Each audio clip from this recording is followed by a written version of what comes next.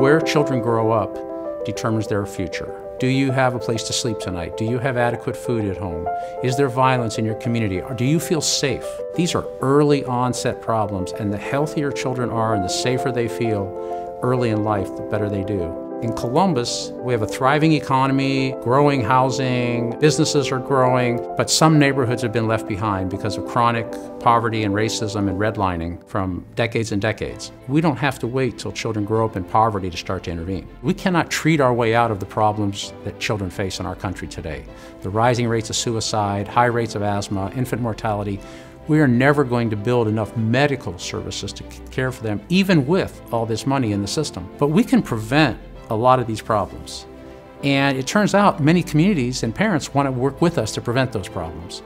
Healthy Neighborhoods, Healthy Family Zone is a 5-part housing, health, workforce, education, and safety. It's a partnership between Children's Hospital and the neighborhood on the south side that also includes the United Way, the Mayor's Office, and some faith-based partners. Together, we work to do asset-based community development, and it's focused on outcomes for children. And that brings in parents, philanthropy, government, and everybody else about Columbus's future. Whether we're talking about housing or employment, education, or access to fruits and vegetables, our goal is to create a community where everybody has the opportunity to thrive. Everybody has access to the resources that will allow them to achieve their own life goals. We've seen the vacancy rate go from the highest in Central Ohio from 30% down to 6%.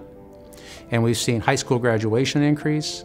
And now we're beginning to see the first reductions in healthcare costs for children that live on the south side. Most importantly, we're seeing neighbors come out. The neighborhood South Side Festival is restarted after almost 50 years. And we've seen a flip where we have to work hard to make sure people aren't displaced because it's becoming a more attractive neighborhood to live in. They just want to see the community do better. There's young kids out here, young adults out here that don't know where to turn.